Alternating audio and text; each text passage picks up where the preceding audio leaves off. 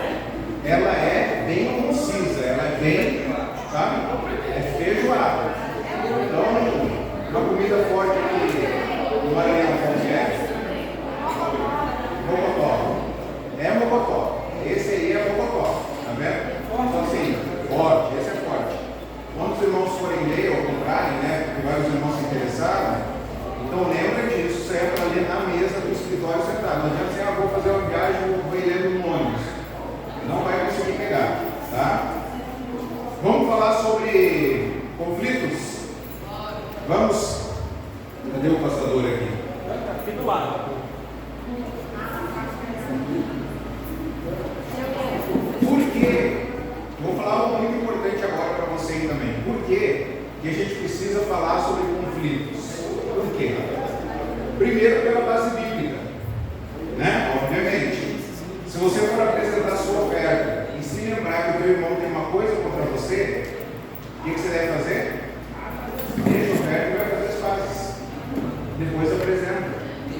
Mas as pessoas pregam, as pessoas louvam, as pessoas servem, as pessoas participam da ceia em conflito com os irmãos. Então, deixa a oferta e vai se reconciliar. Uma coisa agora que é ouro para você, é ouro. Nós estamos saindo aí do mês de Setembro Amarelo. Queridos irmãos, de manhã a gente teve muita conversa. De manhã a gente teve muita conversa paralela. Isso cansa o orador, isso cansa o participante também, não cansa? Então assim, vai ter momentos que a gente fala todo mundo junto, não tem problema. Mas é importante a gente dosar, porque senão fica muito ruim. A gente está vendo no Setembro Amarelo, e aí a gente falou muito sobre suicídio, pensou em refletir. Tem um livro da editora Sebi, né? Da editora Sebi, e que é Ideação Suicida. É um livro muito interessante que ele fala sobre um padrão, existe um padrão de pessoas que cometem suicídio. A gente pode não achar, mas que padrão é esse? Quando alguém se suicida ou tem ideação suicida? E você vai ter que investigar com o conselheiro. 100% dos casos, relacionamentos tóxicos. Pode investigar. Relacionamento rompido, tem problema pessoal acontecendo, alguma coisa aconteceu na família, com o cônjuge, com os filhos, com o pai, com o patrão, com o colega, alguma coisa tem. Faça investigação que você vai identificar todos os casos da Bíblia que apresentam ideação suicida e suicídio. Todos os casos é 100% que houve relacionamentos tóxicos. Por que a gente precisa falar sobre solução de conflitos? Por causa de relacionamentos tóxicos, relacionamentos rompidos, tá bom? Então a gente vai dar atenção a isso, porque boa parte do seu aconselhamento é isso. É pessoas que tiveram problemas no passado com alguém, não conseguiram resolver, estão chegando a você, e aí a gente vai ajudar. Quando nós estamos em conflito, existe basicamente algumas reações. A primeira reação, tem basicamente 3 reações quando alguém está em conflito, tá bom? 3 reações. A primeira reação, que é a reação, vamos dizer, mais negativa, a pessoa ela vai negar que existe aquele conflito, ela vai fugir, ela não quer saber, vai fugir, ou ela vai se matar. Ok? Essa é uma reação, esse é o extremo. Nós não queremos que isso aqui glorifique a Deus. Ok? Qual que é o outro extremo, o outro lado? Existe ataque à pessoa, existe litígio e existe o homicídio. Ela não se mata, mas ela mata, para ela resolver o problema. Esses não são os nossos caminhos. O nosso caminho é do pacificador. E aí aqueles irmãos que adquiriram o livro Conflitos no Lar e as Escolhas do Pacificador, a gente vai usar muito como base ele. Eu ainda não li aquele livro, A Resolução de Conflitos, da editora Nutra. Alguém usou essa da editora Nutra? Alguém está com o branquinho aí, Resolução de Conflito?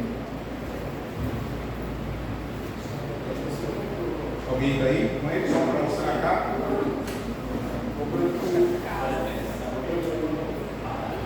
Esse aí.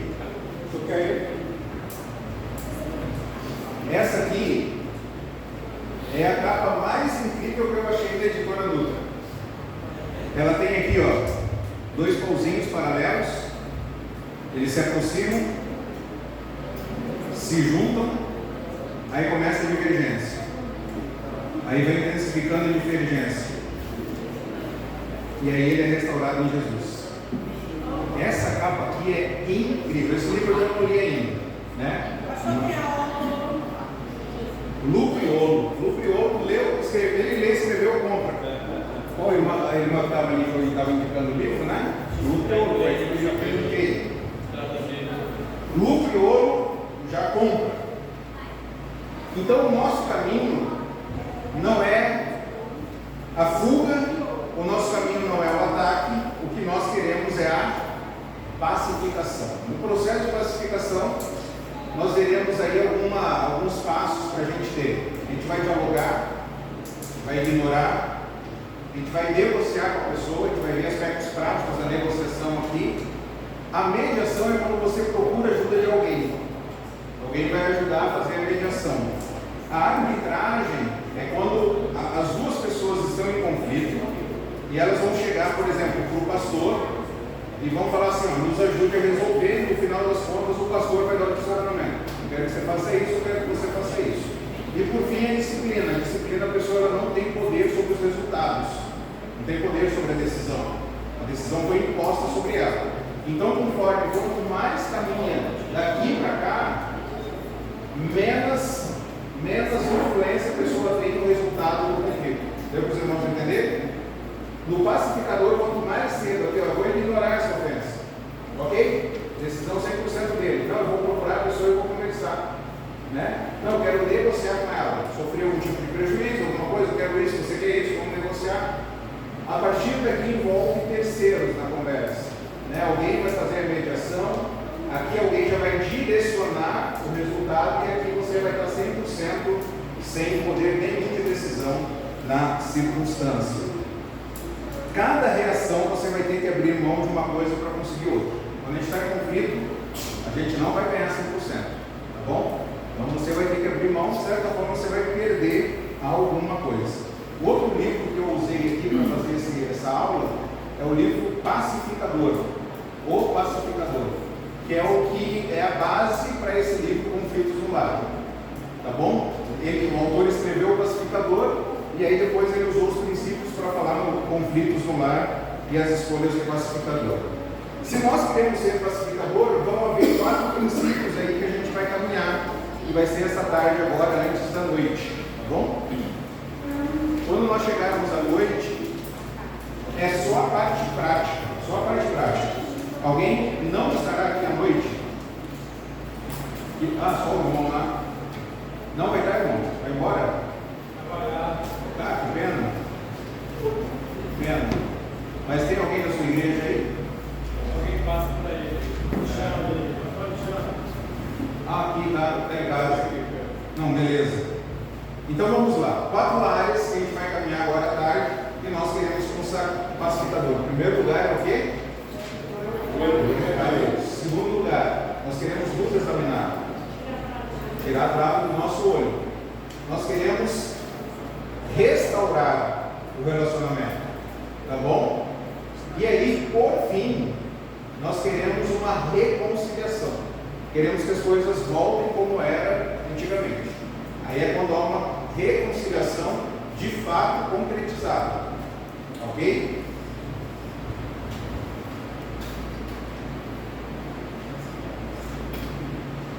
A grande pergunta é, quando nós pensamos em glorificar a Deus, qual a diferença que nós, da forma como nós lidamos com os conflitos, da forma que as pessoas que não conhecem a Deus lidam? Tem diferença? Ou deveria ter diferença? Nós, como povo de Deus, a gente resolve os conflitos de forma igual ao mundo? Que diferença há? Então existe uma responsabilidade para nós, povo de Deus, de responder o conflito de forma centrada no Evangelho e sermos biblicamente fiéis. O que me levou a todo esse estudo aqui que eu vou apresentar para os irmãos, um conflito. Eu preciso me examinar, eu preciso olhar para mim. Eu tenho dúvidas, quando é perdão, quando não é perdão, quando há restauração, quando não há restauração. E se um lado não quer abrir mão, e se o outro não quer, e se a pessoa não quer restaurar, como que vai fazer? Então nós precisamos resolver os nossos conflitos de forma centrada no Evangelho e sermos biblicamente fiéis, ok? Então os conflitos vão gerar oportunidades para nós para quê? Para confiar em Deus. Confiar em Deus, anote aí, Deus é soberano. Deus é soberano, Ele permitiu que isso acontecesse na minha vida, você precisa crer nisso. Deus é soberano. Ele poderia ter nos privado de algumas dificuldades, mas Ele não nos privou. Ele permitiu que a gente passasse por esses conflitos. Ele é soberano. Mas não adianta apenas a gente achar que Deus é soberano, a gente precisa crer também que Deus é bom. Amém? Ele é bom. Ele não tem apenas o controle sobre nós, Ele usa as circunstâncias a nosso favor. Ele é bom. Uma dica aqui sensacional: não desperdice seu tempo e energia tentando entender as coisas que estão além da compreensão. Volte a sua atenção para as promessas de Deus. Vou repetir: não gaste o seu tempo e a sua energia tentando entender as coisas que estão além da sua compreensão. Volte a sua atenção para as promessas de Deus. Deus é bom. Então nós cremos que Deus já disse aqui tudo que nós precisamos saber sobre o conflito, mas nós queremos saber todas as coisas, mas Ele não vai falar. Mas Ele já nos deu o que nós precisamos. Ok? Deus não nos dará o que nós queremos, Ele nos deu o que nós precisamos. Então tem horas que a gente não entende o que aconteceu, mas nós já temos aqui o que nós precisamos para a vida e para a piedade. E foi na primeira noite que a gente viu esse texto de segunda-feira. Deus já nos deu tudo o que nós necessitamos para a vida e para a piedade. Então não gaste energia para tentar entender, você não vai entender. Por que a pessoa fez isso? Por que ela falou isso? Por que ela agiu dessa forma? Volte a sua atenção para a promessa de Deus. Obedeça ao Senhor. Confie, obedeça. Deus está usando o conflito para formar em você a imagem de Jesus. Imite a Jesus. Busque ser igual a Ele. Reconheça o que Deus tem feito. Aponte para Deus. Sirva aos outros. É fácil ou é difícil servir os outros? Sirva. Se o teu inimigo tiver fome, e não é um chuminho, e se ele tiver sede, dá de beber. Fazendo isso, você amontoará brasas vivas sobre a cabeça. É interessante, né? Que a gente pensa brasas vivas da ideia de coroa, né? Vou receber a coroa. A ideia ali, muito provavelmente, é que você amontoará brasas vivas sobre a cabeça dele, não a sua. O que isso tem a ver? Na cultura, era apresentado quando alguém estava arrependido, né? Ele caminhava com uma panela sobre a sua cabeça de brasas, e isso esquentava. E quando você é bondoso com os seus inimigos, você amontoa brasas vivas na cabeça, porque ele não estava esperando a vontade. E a ideia é que ele vai ficar com vergonha do que ele fez para você. Então seja bondoso com ele, porque você vai amontoar brasas vivas sobre a cabeça dele. Ok? Sirva os outros então. E aí, busque a paz, né? Isso é tão importante nós fazermos, buscar a paz. Buscar a paz não é opcional. Eu lembro uma vez que eu estava num conflito e o pastor Wallace Juliano, um dos meus professores de aconselhamento, amigo, e aí ele estava me aconselhando, e eu falei: pastor Wallace, você acha que eu devo procurar? Aí ele respondeu na lata: você vai ser pacificador? Eu falei: acho que não. Ele falou: então não vai. Só vai se você for pacificado. Só vai se você buscar a paz. Se não vai, não adianta você ir para alguém. Porque a gente vai para alguém, a gente quer o quê? Vomitar a nossa interpretação sobre o conflito. Ok? Então o primeiro passo é glorificar a Deus. Amém? Segundo passo: tire a trave do seu olho. Quando nós estamos em conflito, o que nós fazemos? nós atacamos a pessoa. Ele errou muito mais do que eu. Sim? Então, quando nós tiramos a trave dos nossos olhos, pode ser que vá acelerar a resolução do conflito. Quando você chega para a pessoa e fala, eu quero reconhecer que eu errei. Eu errei. Né? Eu fiz isso, eu falei isso, eu não deveria ter feito isso, não glorificou a Deus. E uma coisa, anote isso aí. Eu sou 100% responsável, mesmo que do meu... eu sou 100% responsável do meu 1%. Tá bom? E aí você vai conseguir entender. Anota isso. Eu sou 100% responsável do meu 1%. O que eu quero dizer com isso? A pessoa errou muito mais do que você. Muito mais. Ela enganou, ela traiu, ela mentiu, ela roubou, ela ameaçou, ela fez tudo isso. Você simplesmente não a cumprimentou porque ele estava passando na rua e o conflito surgiu. E aí o que você vai fazer? Meu irmão, quero pedir perdão porque aquele dia eu não te cumprimentei. Você pode me perdoar? Mas a pessoa enganou você, a pessoa mentiu para você, a pessoa te traiu, a pessoa te ameaçou. Mas você é 100% responsável, mesmo que seja do seu 1%. E você vai prestar contas para Deus do seu 1%. 99% é ela, mas o meu 1% eu sou 100% responsável. Deu para os irmãos entenderem? Deus não vai falar, você é mais justo que ele. Deus só vai agradar o meu 1%. Então, tirar a trave do nosso olho pode acelerar o processo de conflito. E aí a gente vai examinar o que a gente talvez falou, murmurou, fomos irônicos, né? De forma jocosa. Talvez aquela virada de olho, né? Aquele negócio, a pessoa não falou nada, né? Mas o olho já tem uma amiga nossa que a gente dá muita risada com ela, porque ela fala afro, né? Quando ela está brava, ela é esposa do pastor hoje, ela fala afro. Quando ela está brava, ela afro. Aí teve um caso que aconteceu uma vez que alguém tinha cometido uma ofensa grande, né? E ela não sabia quem era, a fofoca rolou, né? E ela não sabia quem era. Aí alguém falou assim, fulano está chegando ali, ó, né? Foi ele que aprontou. Aí na hora que ele chegou perto, ela estava na rodinha aqui, bem na hora que ele chegou assim, falaram, é ele? Ela olhou assim de cima e embaixo, af. Aí ficou af, tudo é af. Veio a pandemia. E aí ela foi combinado com o marido dela, que chegou um momento que o marido falava para ela, assim, que ela falava af, né? A pessoa assim, é que eu fiz sexo antes do casamento. Eu não acredito que você fez isso. Como você pode ser, né? E aí ela ficava brava e tal, e eles combinaram, você fica quietinho no aconselhamento, você não fala nada, deixa a pessoa falar, tá? E aí tinha esse afro que ela falava. E aí veio a pandemia, usava máscara, né? Aí eu falei, você se livrou, né? Com a máscara e não dava para ver o semblante. Ela falou, mas dava para ver o olho. Né? Virando o olho quando dava, né? Então, identificar as nossas palavras, né? Nossa fofoca, nosso menosprezo, identificar as nossas ações, se foram ativas ou omissas. Omissão é pecado.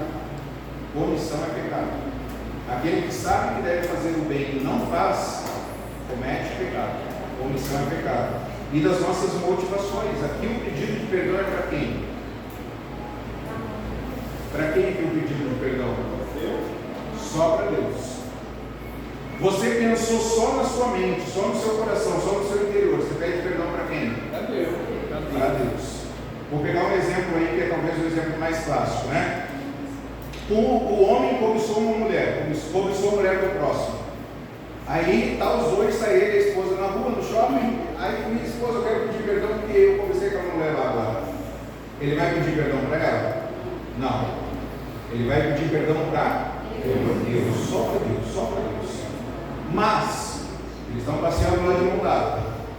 Ele fez assim, ó. Ele vai pedir perdão para quem? Para Deus e para ela. Porque houve um ato externo. Então ele vai pedir perdão para Deus e para ela. Tá bom? Aí vamos dizer que estava na igreja, não foi no shopping, estava na igreja. E é um homem que luta com as paixões do coração, segundo esse livro aí. Ele não só cobiçou, ele só não olhou, veio a minha irmã e ele, pum, o traseiro dela. No estacionamento da igreja. Pedido de perdão vai ser para quem? Para Deus, para a esposa, para a mulher, para a igreja e para todo mundo que presenciou a cena. no local da ofensa, anote isso, no local da ofensa,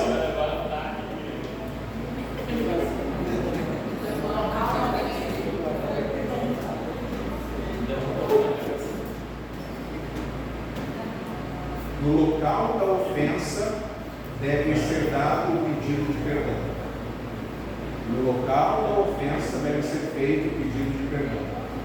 Estava lá no estacionamento, tinha mais 4 pessoas quando ele fez isso. Ele vai pedir perdão para ela, vai ter aquele choro, toda aquela situação, ninguém mais precisa ficar sabendo. A igreja não precisa ficar sabendo.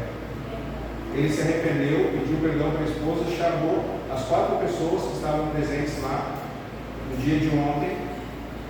Eu, como pecador, não controlei os meus impulsos e eu pequei contra Deus, contra minha esposa e contra a irmã. Eu já pedi perdão para Deus, eu já pedi perdão para minha esposa, eu já pedi perdão para essa pessoa envolvida. Quero pedir perdão para vocês que também presenciaram a série. Vocês podem me perdoar? Está perdoado. Assunto? Interessante, pastor. Mas um dos 4 saiu dali e contou o que aconteceu para a igreja. Agora o problema já não é mais de quem passou a mão. O problema agora é o que ele falou. Porque o pecado já havia sido pedido perdão, já havia havido restauração e agora outro pecado surgiu. Então o que foi resolvido aqui foi aqui. Ok? Deu para os irmãos entender? Sim. Deu para entender os graus?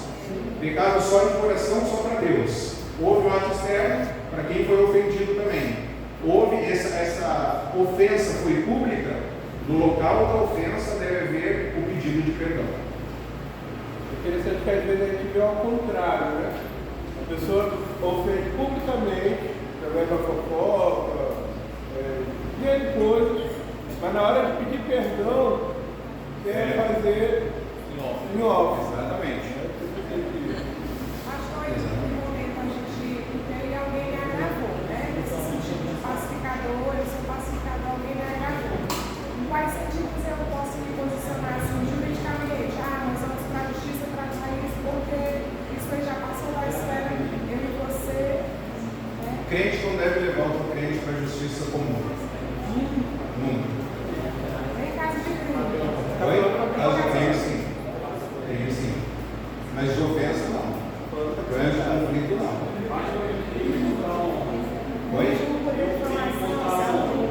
Depende da situação. Pode ser. Mas assim, por exemplo, é um negócio que está trazendo um prejuízo direto à profissão, né? É uma coisa que está, eu só fui ofendido. Então, não é só ofensa, não é uma coisa que eu preciso me resguardar juridicamente com a proteção, né? Então, foi só um crime contra a honra, que é crime, mas morreu aqui, está perdoado e vida segue. Ok? Mas só em caso de crimes, mesmo que homicídio, Sim. né? É que não haveria um tribunal necessariamente, né? Seria um homicídio, seria informal o homicídio, né? Como que seria esse caso? Assim, então, só nesses casos mais graves. Se for na luva, deixa eu falar. Depende da situação. Se for alguma coisa que necessita que a justiça entre, aí seria importante isso, né? Porque vai trazer alguma coisa, alguém que trabalha na área, sei lá, jurídica, que seja, alguma coisa, vai trazer uma comunicação limitada, ele precisa do respaldo jurídico ali, porque senão ele não vai conseguir caminhar na profissão dele, alguma coisa que seja. Mas se é só alguma coisa assim, cara, isso aqui não tem implicação prática nenhuma, é só uma ofensa no meu coração, eu fiquei ofendido, então eu vou tratar como igreja, vou tratar no âmbito da igreja, tá bom? O texto os irmãos conhecem, né? Sim ou não? Sim. Não falaram, só uma irmã. 2 Coríntios, vamos ver lá.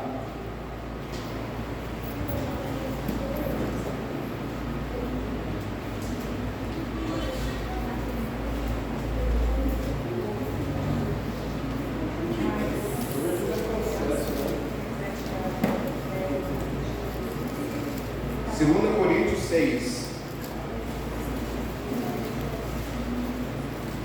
2 Coríntios 6, versículo 1.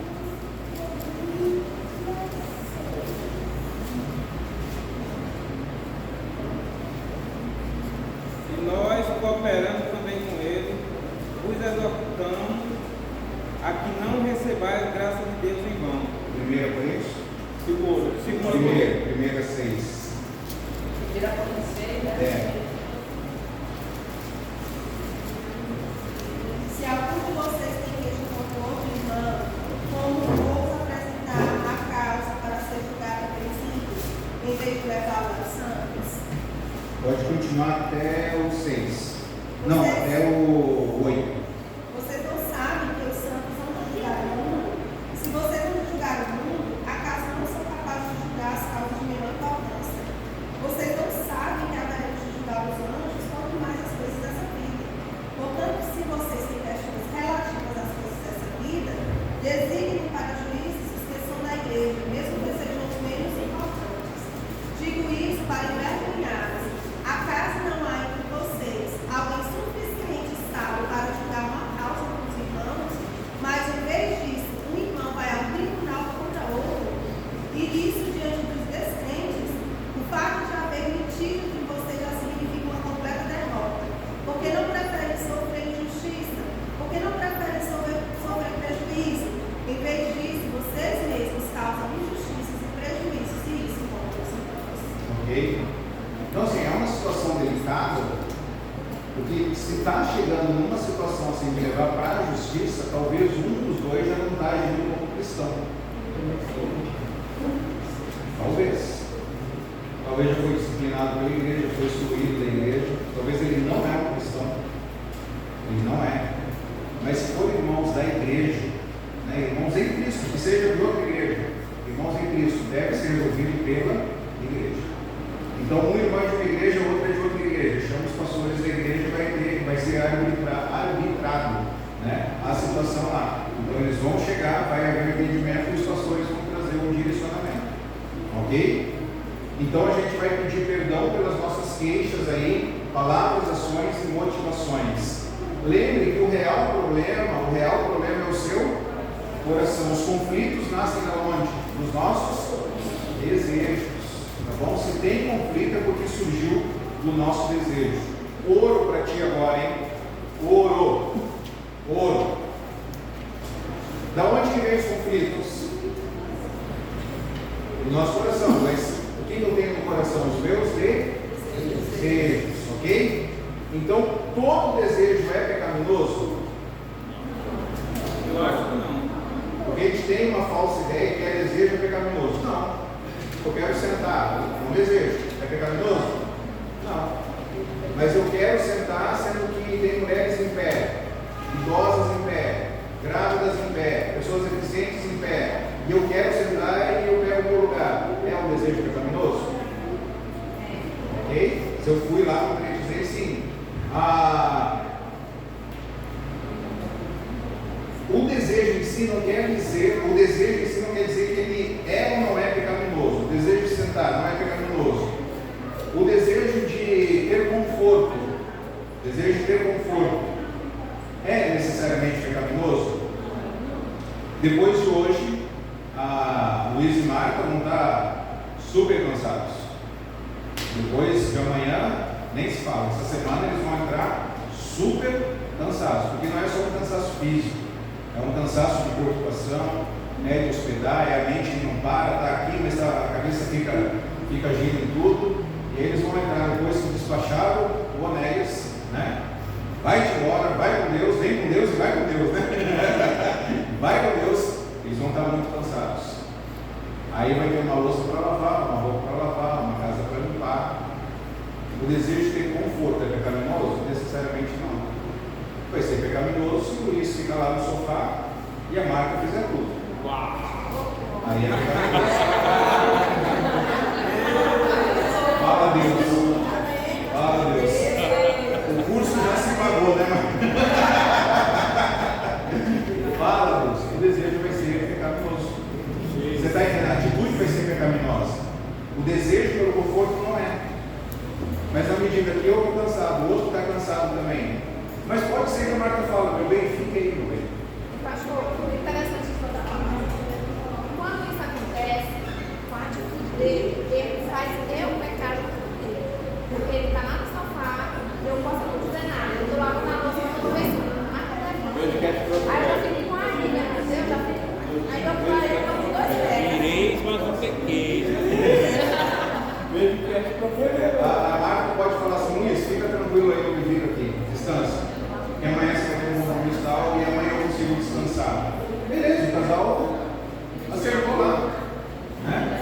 E não dá, é para exigir, delegar para outra pessoa em detrimento do meu conforto. Deu para os irmãos entenderem? Deu? Isso acontece muito com nós homens. A gente chega cansado e a gente quer tirar o sapato e ó, ufa, cheguei em casa. Nós pastores, então, gente, nem se fala.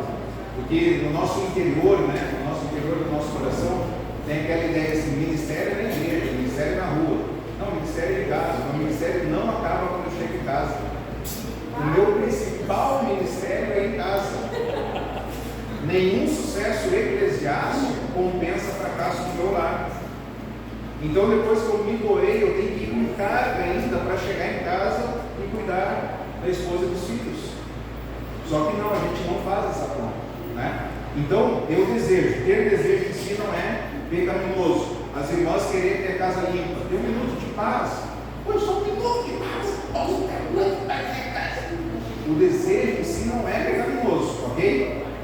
Mas qual que é o problema? Qual que é o problema quando vem a segunda etapa? Quando eu exijo, ok? Eu desejo ter conforto, eu desejo, estou cansado. O Luiz está lá cansado segunda-feira e o Luiz Neto começa a pular em cima dele, começa a brincar com ele, tal, e a Marta, vamos Luiz, levanta o sofá, vamos ajudar, e que não sei o que, né? Ela está exigindo dele, e ele está exigindo, o desejo dele é descansar, o desejo dela é arrumar a casa. E aí os dois começam agora a exigir Você não pode pensar um pouquinho em mim, não, pai. Você não sabe os problemas que eu tenho, o peso que eu tenho. Aí a Marta fala, você não pode pensar em mim um pouquinho? Que barulho é esse lá fora? É?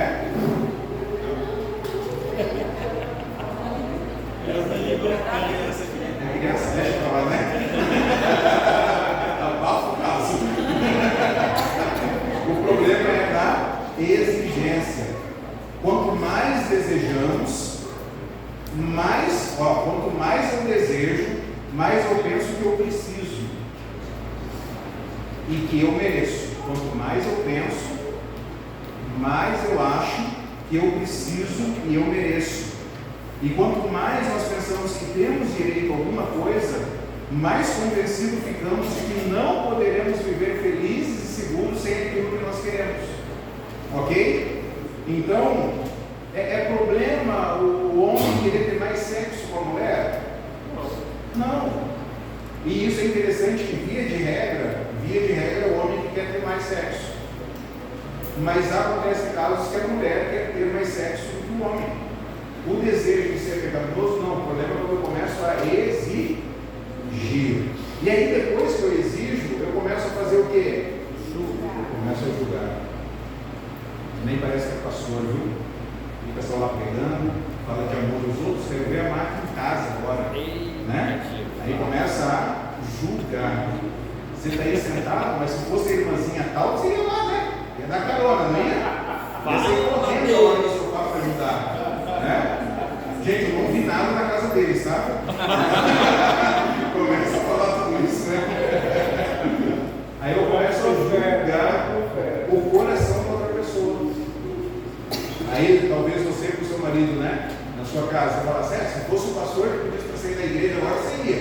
Eu peço para você trocar a lâmpada de casa aqui, você não troca. O pastor manda você fazer um muro lá, você vai lá e faz. Eu começo a julgar as intenções do coração da pessoa. Você quer aparecer, você quer demonstrar para os outros que você é melhor. Deixa eu ir lá na igreja falar quem você é dentro de casa. Bom, só um desejo, gente, que começou. Só um desejo. Eu exigi, eu julguei, e agora eu vou fazer o quê? Eu vou punir. Aí você sabe que a pessoa quer ter um pouco mais de intimidade, não vai ter agora intimidade. Dançou, já era, breve, né? Ídolos sempre exigem sacrifícios, né? Eu vou punir desde ações concretas, mas eu vou punir também com indiferença, frieza, negação de afeto, contato físico, mau humor, tristeza, recusa de olhar nos olhos. Eu falo para o meu filho, né, o Samuel, eu falo, Samuel, quando vai conversar, olha na bolota do olho. Olha na bolota do olho, né? Então, às vezes, não quer ter contato visual, não sei, olha na bolota do olho, né?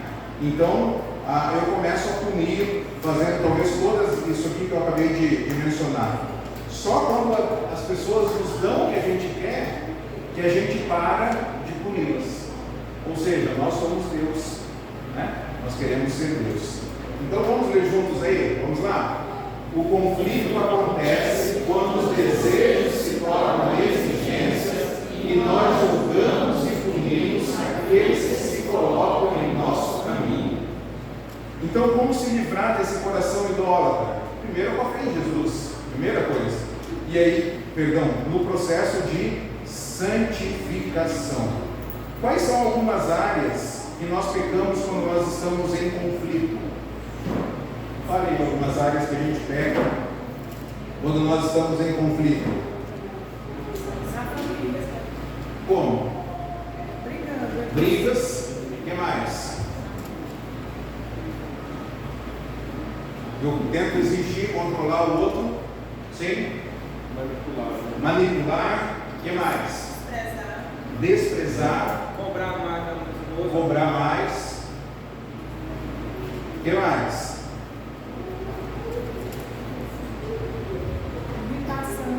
Irritação. Ciúmes. Olha quantas coisas a gente faz por causa de desejos, né? O processo de confissão, ele envolve aqui, o autor ele vai colocar 7 As. Por isso que eu quis deixar ali os 7. Botei 7 passos até inclusive. No livro ele fala os 7 As da confissão, que ele começa tudo com a letra A, né? Ele vai falar segurar, acostumar, admitir, aceitar, etc. Mas aí eu coloquei ali os 7 passos para confessar. Estou em conflito, eu exigi, eu puni, né? Peguei, eu quero dar os passos aí de confissão. Primeiro, fale com todos os envolvidos, aquilo que eu mencionei para os irmãos aqui.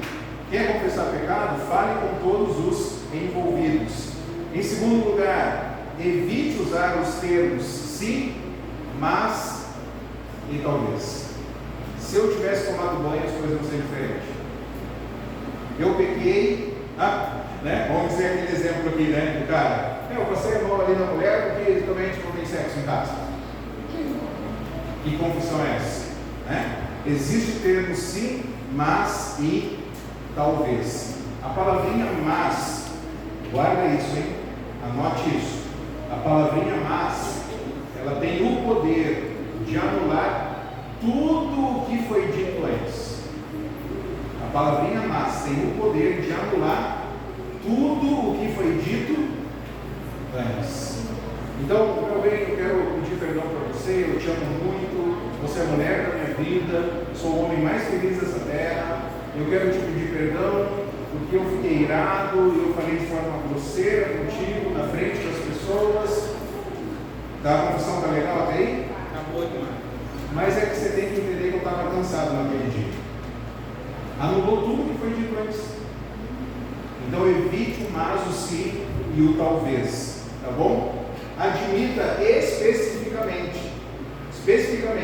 Eu quero pedir perdão porque eu fui um imoral e eu passei a mão. Admita especificamente. Eu quero pedir perdão porque eu falei mal de você.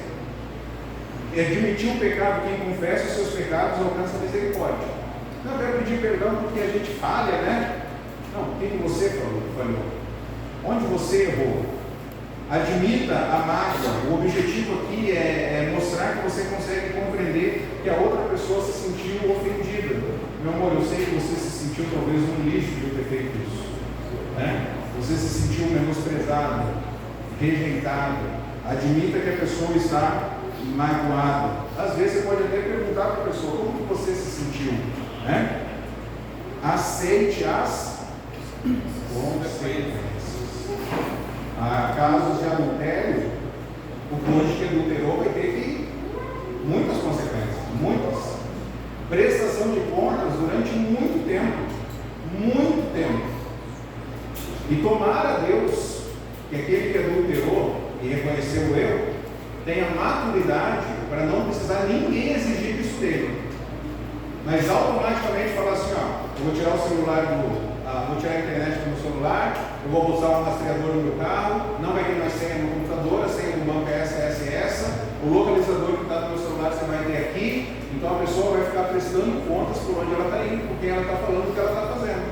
Aceitar as consequências. Altere o comportamento, mude a atitude, diga com a ajuda de Deus, eu vou fazer isso.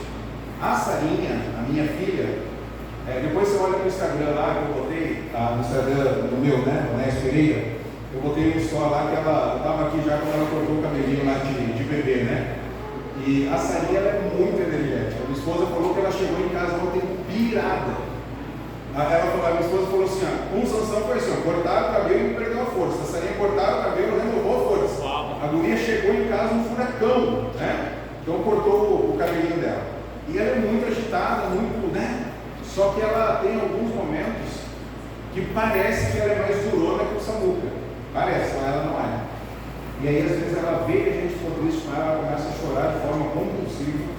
Ela fala, perdão papai, perdão papai, perdão. Ela fica, perdão papai. Então você está perdoada, perdão papai, perdão papai, perdão papai. Filha, já está perdoada, beijo, né? Abraço, tudo está perdoada, fica em paz. Perdão papai, perdão. Filha, para, já pediu perdão. E às vezes ela toma bronca de estar pedindo perdão. Não quero mais que você peça perdão. Você está entendendo? Para de pedir perdão. Ela fica pedindo tanto perdão que às vezes começa a desobedecer a orientação do pai, da mãe, começa a irritar. E aí é muito interessante que ela fala assim, eu prometo nunca mais vou fazer isso. Nunca mais vou fazer isso. A gente fala, filha, você vai fazer de novo.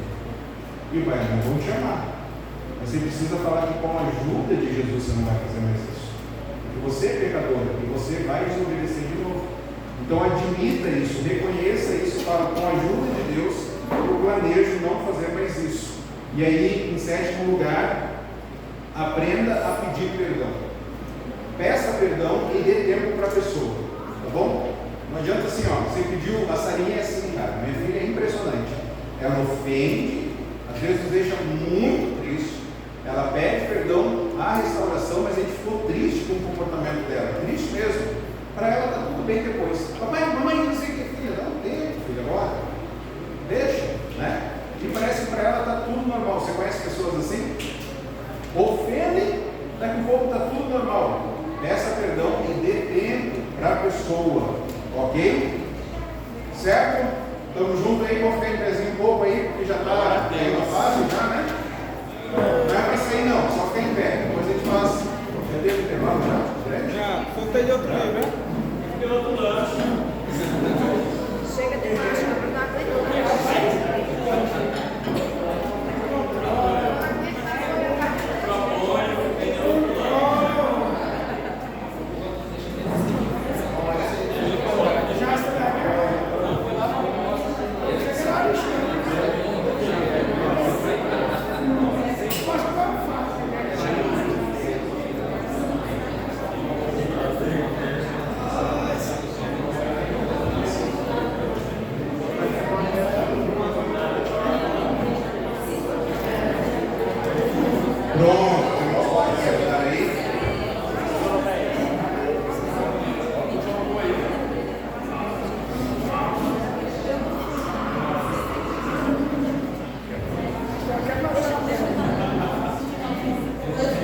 Queridos, a gente está indo até às 6 horas, a gente para às 6, janta, dá uma voltinha, toma um banho rapidão, 7 horas. e 7 horas retoma para a gente finalizar, ok? Uau! Vai acabar mais cedo, tá bom? Então a gente vai até às 6, terminou aqui, às 6 horas a gente já vai jantar, aí você vai ter 1 hora para tomar um banho, trocar uma roupa, às 7 horas, É 1 hora para jantar, trocar de roupa, 10 minutinhos agora seria bom, né? Não, nunca é 10 minutos, é 40 minutos quando sai. Então a gente vai terminar antes das 6. Porque a gente vai fazer o seguinte: esse assunto vai concluir. Depois vai ser só a parte prática. Então a parte prática é bem tranquila à noite, o plano aí, de ação. Então não vai sair até as 6. Pode.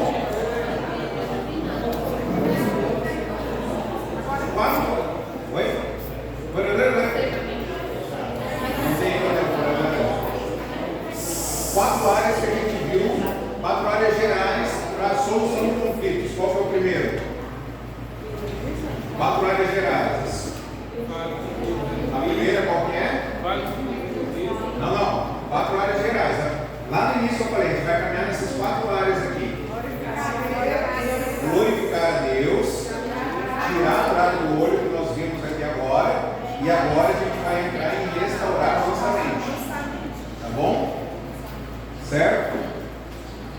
Irmãos, o que é triste em todo conflito, a gente pode falar isso por experiência própria, o que é triste em todo conflito é que nós deixamos as tensões chegarem em ponto de explosão. Não é verdade? A gente vai arrastando, daqui a pouco o negócio explode e a gente não conseguiu administrar isso antes. O caminho para seguir é pacificação visando a restauração. E aí depois que você tirou a trava do seu olho, a primeira coisa que você vai refletir é: eu posso ignorar essa ofensa? Fale alguns exemplos de ofensa. Fala alguns exemplos aí. Uma ofensa pessoal, verbal para alguém, né? O que mais? Não sabe cozinhar mesmo. O que mais? Repreender o filho alheio. Repreender o filho alheio. Repreender. Repreender. O filho Outra alheio. pessoa. Gente, eu não entendi. Pensar Repreender. que ofender, melhor A outra pessoa. Ah, Brigar com repreender o filho da outra pessoa. É uma ofensa, né? Uma ofensa? Não, mas o pai tem como ofensa, né? Meu filho é eu que chamo a atenção. Meu filho é o que.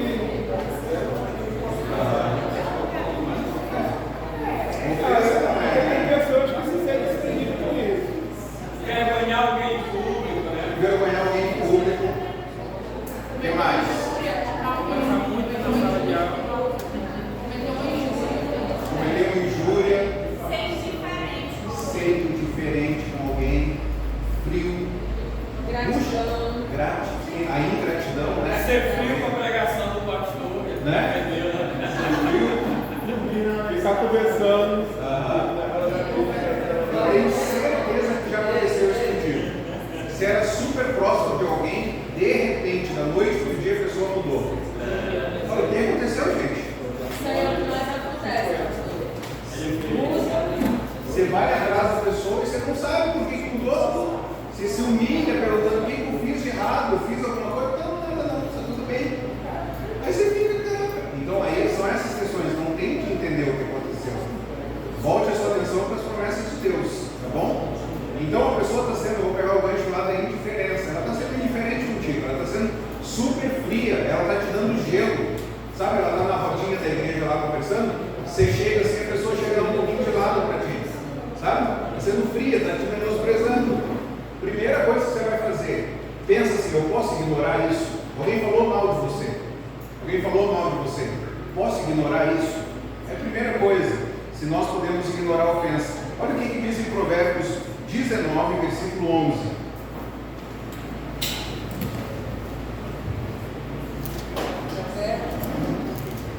Provérbios 19, 11.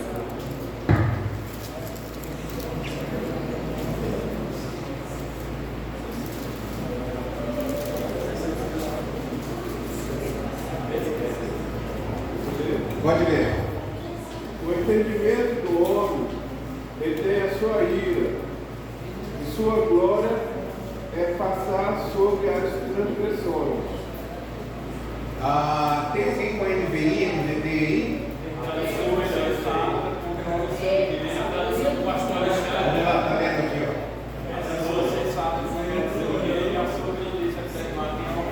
A sua grandeza é perdoar quem ofende. O que mais? Outra versão.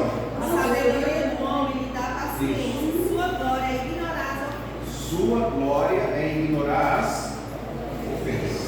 Se você é como eu, cara, pra mim, eu não sei nem se a gente pode falar isso hoje, porque dá uma coisa só, né? Então, se eu estiver errado, você já fala aí que eu já corrigi agora na hora. Pra mim, as coisas é preto e branco. O que é e o que não é, não é. Se é 7 horas que a gente vai começar, é 7 horas. Os irmãos estão vendo, ó, a 1h30 a gente sorteia, a 1h30 eu já estou com o microfone na mão. O que é e o que não é, não é. Até no horário. Então, aí a gente vai ter muita dificuldade. Porque é uma ofensa, Se é ofensa, se é pecado, tem que ser tratado. Aí a gente tem que falar assim, gente, mas eu posso ignorar isso? A glória do sábio é ignorar a ofensa. Por que eu vou ignorar? Esse é o melhor caminho para a gente lidar com assuntos sem valor. É o melhor caminho, é ignorar. Quando nós ignoramos as ofensas que os outros cometem contra nós, nós estamos imitando o perdão de Deus manifestado a nós. Deus nos confronta em tudo que nós erramos. Deus nos maltrata em tudo que nós fazemos de errado. Então, se nós ignorarmos as ofensas dos nossos irmãos também, nós estaremos imitando a Deus. Assuntos pequenos, deixa passar. Pastor, eu estou Acho que a minha irmã levantou aqui e ia falar. Essa é uma pergunta. Porque eu estou anotando aqui, o senhor falou, esse é o melhor caminho para ignorar as ofensas sem valor? Assuntos sem valor. Assuntos sem valor. Tá bom? Pastor, interessante aqui, tudo que a gente faz de errado, o Espírito Santo ele aponta na mesma hora. Pelas pequenas coisas, por 10 centavos que eu tiro, que não é meu. Mas muitas vezes eu não sou repreendida na medida, né? Muitas vezes o Espírito Santo me confronta, mas não me castiga, digamos assim, né? Passou. Só que às vezes a gente quer por tudo, a gente quer condenar aquela pessoa. Sim. Por pequenas coisas. Sim. A gente acaba perdendo. A misericórdia que Deus derramou sobre nós, a gente não derrama sobre os outros. Deus derrama misericórdia sobre nós, a gente quer justiça sobre os outros, né? Então, ignorar, o que é ignorar de forma bíblica? O que é ignorar de forma bíblica? Preste atenção. Ignorar é um processo inspirado pela misericórdia de Deus. Então, eu estou olhando para quem? Para a misericórdia de Deus por intermédio do Evangelho. Ignorar verdadeiramente uma ofensa significa decidir, de modo deliberado, não mais falar sobre ela, não permitir que ela cresça e se converta em amargura reprimida. Isso é ignorar de forma bíblica. Eu olhar para a misericórdia de Deus, decidir que eu não vou mais falar sobre aquilo, não vou permitir que aquilo cresça e se torne uma amargura reprimida no meu coração. Então, entendido? Isso não pode gerar uma falta de confronto. Sim. Pode ser tratado em mim, mas no outro não resolvido. Por exemplo, a partir do momento que eu ignoro uma ofensa que o Luiz causou, por exemplo, né? Mas eu não vou confrontá-lo. Ele vai continuar causando ofensa a outro, né? E eu não estaria assim ajudando ele no processo. Entendeu? Ok. Isso não seria danoso? Pastor, uma vez eu vi o outro pastor falando uma frase interessante. Não vou fugir da sua pergunta. Não é nem pergunta, é só um comentário. O pastor uma vez falando uma coisa interessante sobre a questão dos julgados. Que é uma coisa tão humana, que é nossa, que nós somos capazes de julgar os outros pelos piores erros e nos julgamos de acordo com as nossas melhores intenções. Isso é uma coisa humana. Exatamente. Porque nós nos achamos bons, né? Então, talvez eu vou caminhar um pouquinho aqui, talvez vai responder a sua pergunta. Se não responder, você fala assim, não ajudou em nada. Fala de novo, beleza? Vamos lá. Por que eu acho que vai ajudar a pergunta ali que o pastor Alexandre falou? Quando os pecados de alguém são graves e não devem ser ignorados? Quando? Se a ofensa criou um muro entre vocês dois, não deve ser ignorado. Ok? Deu um problema de relacionamento, tem aquela ideia, tem um elefante na sala, sabe? Está todo mundo desconfortável. É um problema que tem que ser tratado, tem que ser conversado, não dá para ignorar. Porque criou um muro, né? Você não deve ignorar algo que cause danos duradouros no seu relacionamento com o outro, seja em sentimento, seja em pensamento, seja em palavras, em atos, né? Que se forem alterados, devem ser conversados, ok? Segundo lugar, se trouxer sérios danos à reputação de Deus.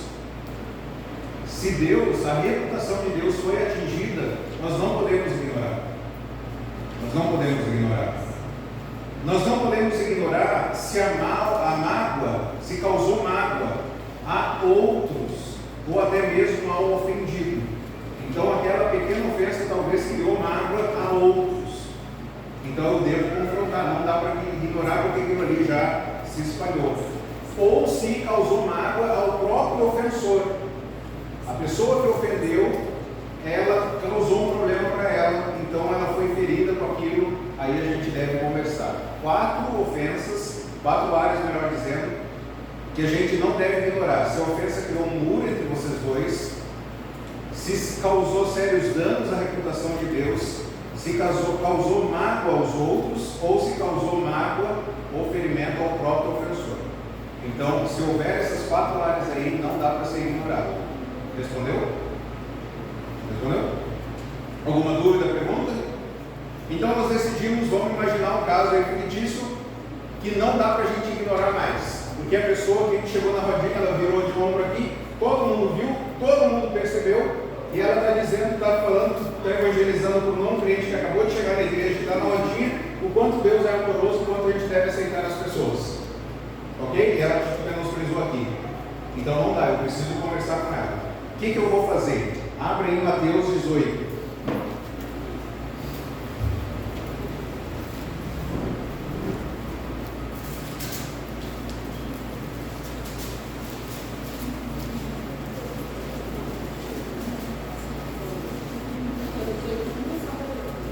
Mateus 18, versículo 15.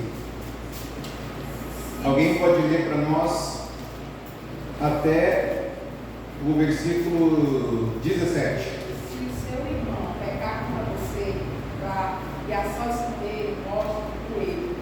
E se ele o ouvir, você ganhou seu irmão. Mas se ele não ouvir, leve consigo mais 1 ou 2 outros, de modo que qualquer acusação seja confirmada pelo depoimento de 2 ou 3 testemunhas. E se ele se recusar a ouvir, conte à igreja. E se ele se recusar a ouvir também a igreja, trate-o como pagão ou cristão. Muito obrigado. Então eu vou confrontar com o irmão. O que eu devo fazer? Somente vocês? 2. Vamos ver juntos? Somente vocês 2. Ninguém mais, gente. Ninguém mais. Só nós 2. O conflito vai gerar uma oportunidade para demonstrar o amor de Cristo, né? Dar testemunho do Evangelho. Então nós iremos só nós 2. O objetivo do texto aí, qual é o objetivo de eu ir conversar com ele? Resolver o problema. Não apenas isso. Não é só resolver o problema. Não, glória de Deus, é resolver o problema, ganhar o irmão.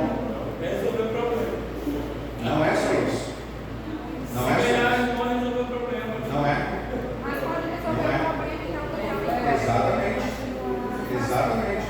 Eu posso muito bem resolver o problema O problema é da comunhão. e eu não ganhei o meu irmão. Daí ele para lá e eu estou para cá. Ele vai falar, eu pedi perdão, então beleza. Eu vou para outra igreja. Eu vou para outra igreja. Tem alguma coisa? Nada contra, está resolvido. Mas a comunhão foi restaurada. Mas eu não ganhei o meu irmão. O coração dele endurece. Está endurecido.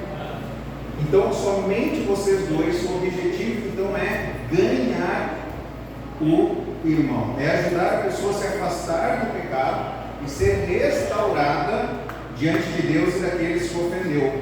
E aí a gente precisa pedir ajuda de Deus nisso. Porque geralmente a gente vai para ganhar a batalha, não para ganhar o irmão. Lembra aquilo que eu mencionei, né, de um pastor, de um momento da vida? Tu acha que eu devo falar com o fulano? Só se você for para ser pacificador. Só se for para você ganhar o irmão. Senão não tem ninguém. Você vai cheio de razão, vai querer mostrar que você está certo, que eu estou errado. Não ganhou o irmão. Fala, meu irmão. É só um testemunho aqui na Sim. deixa eu perguntar. Na igreja que eu estava pastoreando lá em Monte, tinha uma irmã de 64 anos. Você deve pegar um 42. E ela entrou na loja que eu estava cantando e eu falei uma frase sobre alegria e tal. E ela olhou assim para mim e falou assim: quem tem Jesus canta e canta com alegria. Eu falei assim: e quem tem Jesus canta e canta com alegria também. E ela, não sei o que você está falando, e eu era o pastor dela. E aí, beleza, ela foi embora, sorrindo e tal. Ela era diaconisa da igreja. Aí na quarta-feira eu fiz uma parte adicional. Na hora da pregação, a irmã chegou a Bíblia e foi para casa. Sábado à noite, a mesma coisa. Domingo de manhã na escola, a mesma coisa. E você está à noite, chega à noite, eu esperei. Quando terminou tudo, isso é na hora que eu fui pregar, ela pegou a Bíblia dela e foi para o rua e que vinha cedo, eu entendi, alguma coisa não estava lá. E eu falei para ela onde é que eu tinha pecado, se eu tinha cometido erro, porque aquela questão está me incomodando, porque ela nunca tinha feito isso. Ela falou assim, não, porque eu entrei cantando e glorificando o Senhor. E você que comparou o meu louvor com o louvor do mundo, e aquilo ofendeu muito, você não sabe como mais. Eu falei assim, a senhora pode me perdoar?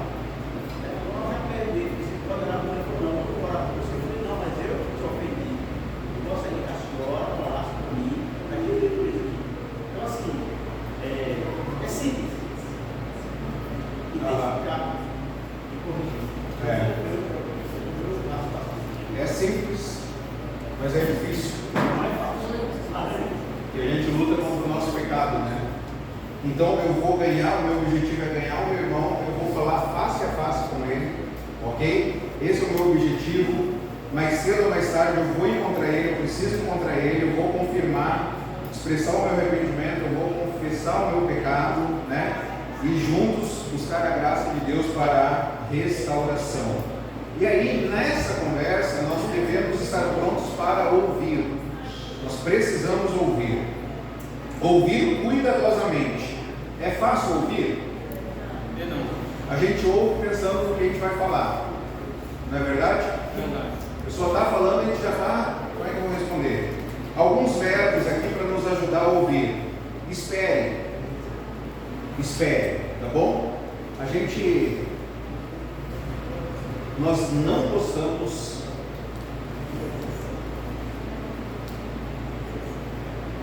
do silêncio. Não é verdade? Fique em silêncio porque está de errado, tem alguma coisa errada. Nós não gostamos do silêncio. Então no conflito a gente quer falar, dê tempo, fique em silêncio. Ok? Não tire conclusões precipitadas. Não interrompa a pessoa, deixe ela falar. Preste atenção. Preste atenção. Você sabia que é um dado interessante, que a nossa mente, ela pensa 4 vezes mais rápido do que nós podemos falar. Quem trabalha falando na área de comunicação, de conhecimento, como pastores, professores, você sabe disso. Você está falando e a tua mente está assim, ó, pensando um monte de coisa. 4 vezes mais rápido.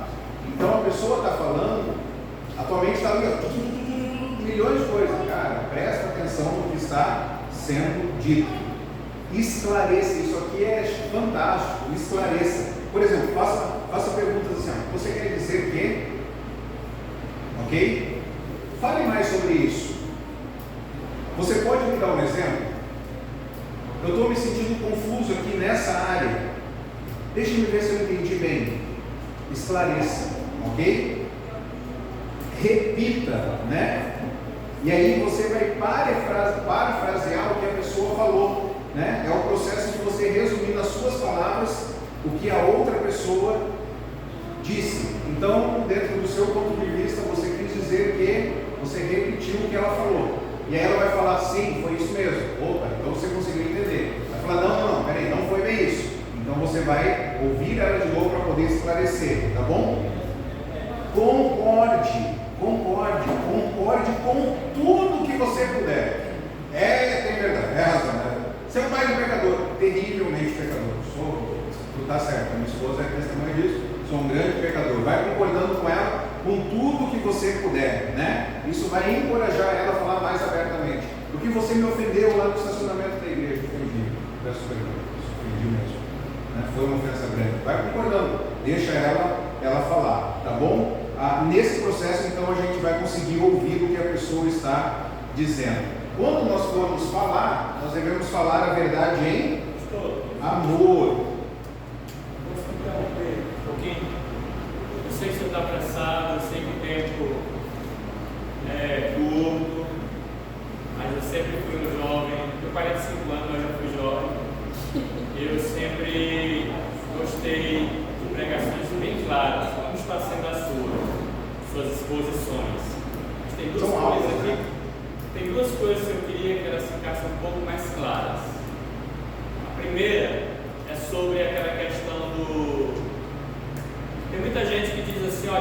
sincero. Eu tenho para dizer, eu tenho sinceridade na cara.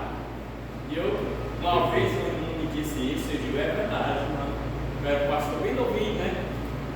E aí depois eu passei por esse versículo de Provérbio que diz: o ímpio, o insensato, diz o que pensa na hora que quer, do jeito que quer, mas o sábio esconde.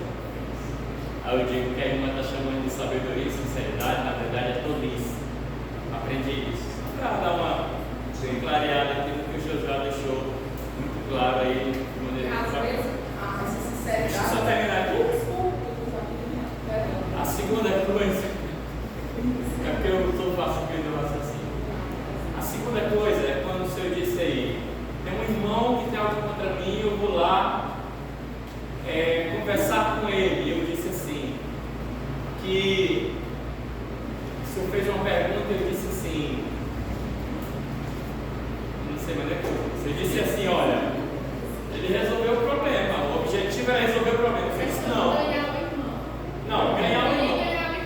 Se o problema era um problema de comunhão que foi rompida, e eu fui lá e a gente se reconciliou, então a resolução do problema foi a restauração da comunhão. E o Senhor disse não várias vezes, então eu fiquei assim. Então o que é resolver o problema?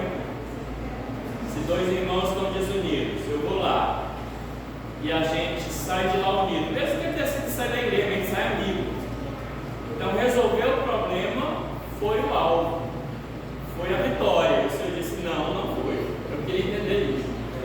Eu acho que todo mundo entendeu o que eu falei, entendeu? Eu entendi. Eu não entendi. Eu estou falando que eu não entendi. No início do processo, qual que é o objetivo? Foi dito resolver o problema. Eu falei, não é resolver o problema. Aí a gente conseguiu chegar na resposta que a Bíblia nos apresenta, que é ganhar o irmão. Aí depois houve o comentário de comunhão. Então, no sentido de comunhão, se o problema é só comunhão e houve resolver o problema, ganhou o irmão, está resolvido. Aí é isso aí. Ganhou o irmão, restaurou a comunhão, pronto. Exatamente. Ok. E respondendo a sua pergunta sobre ser sincero, né? Isso é um grande problema, porque as pessoas não praticam esse texto, falar a verdade em amor. Elas falam, pelo menos eu fui sincero mesmo, eu sou sincero. Mas nós devemos falar a verdade em amor. Então eu posso falar o que eu quiser, mas falar em amor. Aí pode ser uma fala que eu interrompi. Falando sobre a questão da sinceridade, porque as pessoas usam muito essa questão de dizer que são sinceras, e às vezes aquela sinceridade ela tem tipo a malícia. Né? Você fala às vezes uma coisa de uma pessoa e não se preocupa com os sentimentos, nem com as emoções da pessoa, de você ajudar ela com sensualidade, você acaba ofendendo ela. Porque às vezes sinceridade mais, às vezes pode ser malícia, pode também ser qualquer educação. A pessoa, tudo que eu pensava vai mal para ela. Aí eu acredito nessa questão de sinceridade que é o equilíbrio. Se você tem um equilíbrio, você é sincero, vai ter que falar E depois você não precisa falar. Né? Então não é porque eu pensei eu vou ter que falar. Né? A irmã levantou a mão lá. Essa questão de andar depois do perdão. Eu vejo assim. A minha prima, ela teve um caso que o marido teve um filho. Depois ela se converteu. 30 anos depois do nosso ocorrido, ela me ligou e pediu perdão. Só que eu já tinha perdoado, mas ela precisava me pedir perdão. E eu perdoei literalmente, gosto dela, mas não quero nada com ela. Ok.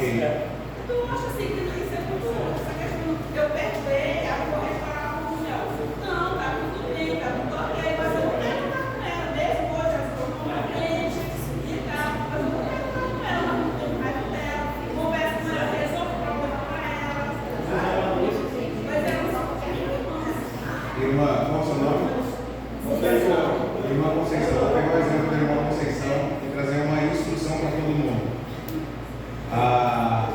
Tente não pessoalizar a sua pergunta. Porque quando eu responder, vai parecer que a resposta é pessoal. Então, por exemplo, quando a gente chegar na questão da restauração, vai parecer que está sendo falado para a irmã. Então, assim, se alguém tiver uma pergunta, aconteceu isso com alguém, fala assim, aconteceu isso com um amigo. Tem um amigo, né? Aconteceu isso. Fica mais fácil, porque depois quando a gente vai ver aqui, vocês não entenderam, né? O que você vai dizer? Conheça alguém. né? Porque senão fica depois fica estreito. E a gente vai ter que falar, Então tá, vamos lá, continuando então. Pastor, Falar a pode verdade falar. em amor. Pastor, pode falar que é bom que é menos programa para mim. É minha ovelha. Olha aí. A gente vai ver exatamente sobre isso, essa questão de restauração. Né? Eu ia falar sobre esse pouquinho, falar a verdade, não. Fala a verdade, não, mas também é por amor que a gente fala a verdade. Sim. E a verdade nem sempre é aquilo que a pessoa quer ouvir e por isso ela se ofende. E a Bíblia também diz, né? Que reais são as feridas feitas pelo que ama. Né? No momento pode doer, mas depois a pessoa, né, como cristã, vai entender. E a verdade, ela não pode magoar, né? Porque a verdade é dita em amor, mas por amor você não pode deixar de dizer a verdade. Sim. Quando nós falarmos a verdade, e assim, lembra lá o desejo, eu exijo, eu puno, como é que é? Eu desejo, eu exijo, eu julgo e eu puno. Talvez a gente vai estar falando em amor, e a pessoa vai estar falando, você não está falando em amor. Por exemplo, quando a gente está dando aula também, às vezes alguém faz uma pergunta aberta, uma pergunta fechada. É certo então eu não ter comunhão com alguém que não sei o que, né? Vou tentar fazer uma pergunta fechada. Dá um exemplo aí. Alguém me ajuda no exemplo? Uma pergunta fechada? Pergunta fechada. E aí é sim ou não? Na resposta. Você gosta de açaí? Oi? Você gosta de açaí? Você gosta de açaí? Tá. Não, mas em termos de conflito.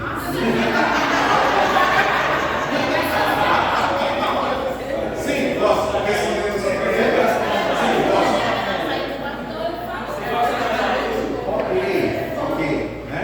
Então a pessoa vai falar assim, então eu falo ou não falo a verdade com a pessoa? Respondendo a sua pergunta objetivamente, sim. Aí ela pode falar, nossa, foi grosso. Pergunta fechada. Deu para entender? Então às vezes a gente vai confrontar alguém e vai falar com mansidão, vai falar com calma, vai pontuar, mas a pessoa, eu tenho o semblante mais fechado, né? Então quando eu estou falando com alguém, a minha esposa ela vai, vou te dar um exemplo. A gente fazia na classe de batismo, a gente estudava bastante e a gente compreendeu que 50% das pessoas que eram batizadas nos próximos anos elas eram excluídas. A gente falou, tem problema na formação do discipulado aqui. Então a gente vai segurar um pouco o batismo delas, apesar que eu creio que dá para ser batizado, mas no caso específico a gente falou, a gente vai protelar um pouquinho aqui o batismo, porque as pessoas estão sendo batizadas e estão sendo excluídas. Tem coisa errada. E aí chegou um momento, eu falei, os irmãos não serão batizados se os irmãos não tiverem esse aspecto aqui compreendido, estudado e pronto para falar. Aí chegou um adolescente lá no dia, a gente fez algumas perguntas para ele se embananou, não conseguiu responder. Gente, eu fiquei muito nervoso, porque eu já sabia que ele ia se embananar. Aí eu avisei, tu se prepara, porque lá no dia a gente vai fazer essa prévia aí. Se você não passar, você não vai ser batizado, você está entendendo? Aí, isso aqui faz muitos anos, aqui faz uns 10 anos já que eu fiz isso, né? Hoje já está bem diferente, é que nem eu falei, eu creio que dá para ser batizado. Cara, chegou no dia, eu fiquei alterado com aquilo, mas eu sabia que ele tinha fé em Jesus, e para ser batizado precisa do quê? Fé. Da fé. Então, eu fiquei numa situação ali, cara, ele não vai ser batizado, mas ele tem fé. Mas eu sabia que ele não estava firme ainda. Tanto é que ele já foi excluído. Alguns anos depois ele foi excluído, já não era mais pastor lá da igreja. Aí eu falei para ele, cara, se depender de mim, você não vai ser batizado agora. Vai lá e conversa com a minha esposa. E o parecer dela é que a gente vai falar, no uso que ela falar, a gente vai decidir se você vai ser batizado ou não. Aí ele saiu, eu continuei com a turma aqui, aí ele voltou lá, né? Feliz, voltou todo felizão, minha esposa voltou junto com ele, que ele é adolescente, era baixinho, e ela é pedagoga, né, minha esposa. Aí na hora que eles sentaram lá, eu falei, falou com ela? Eu falei, foi melhor falar com ela do que comigo? Ele, bem melhor. Porque foi falando com jeito, foi falando mais em amor, foi falando mais com graça, é diferente, né? De forma mais dócil. Então é falar em amor. É importante escolher o lugar, é importante escolher o momento para ter essa conversa. Lembre-se que pedir uma reunião é menos ameaçador do que dizer a alguém que vai haver uma reunião. Posso ter uma reunião com você, no dia tal, tal hora, vai estar só nós dois presentes. Podemos conversar? Sim, meu irmão. Pastor, eu respeito quando o senhor faz um mês, você já traz a orar, as perguntas que alguém, porque para isso você falou bastante. Quando o senhor é questionado, Eu não entendi a sua pergunta. eu digo assim, quando você faz um compromisso, dá uma palestra. Esse aqui agora. Isso. Tá. Aí já veio com alguém que trabalha, você tem bastante para fazer esse compromisso para nós. Isso. Quando você é questionado sobre a tua colocação, qual é a tua reação? Qual que é? Quando você é questionado, Sim, uma pergunta, uma dúvida. qual é a sua reação? Depende. Depende. Você está sendo contestado. Em alguns momentos, surgem algumas perguntas que é como se estivesse confrontando as suas ideias. É bem difícil, é bem difícil. Complicado, né? Porque no meu caso específico agora eu vou pessoalizar. No meu caso específico eu tenho horário e eu tenho objetivo a cumprir. O sucesso do treinamento, na minha cabeça, depende da conclusão do estudo. Porque assim, eu entendo que aqui não é um parlamento. E a gente tem um professor, a gente está com toda a vontade de ter mais essas perguntas se tornam plenário e ensinando também. Não Exato. estou nem expressando, mas isso todo mundo tem. Então depende. A pergunta, não sei se foi uma pergunta pessoal para mim, como que eu reajo, é uma pergunta geral de alguém ministrando. Depende muito para quem está ensinando, você sabe disso, né? Se parece às vezes que a intenção pode ser uma interrupção. Às vezes pode ser só um comentário, eu só quero comentar. É difícil para o preletor se ele constrói em cima e dá uma desvirtuada, ou se ele só fala muito obrigado pela sua contribuição, vamos voltar para cá, né? Então, você quis perguntar e eu não entendi a pergunta, então acaba sendo difícil, mas toda dúvida, esse é o meu conceito, o meu entendimento, toda dúvida ela tem que ser esclarecida, né? Toda dúvida é válida. Então, por isso é muito importante fazer, às vezes é um comentário, dá para ser feito um comentário, se é só um comentário pessoal, dá para ser feito no particular.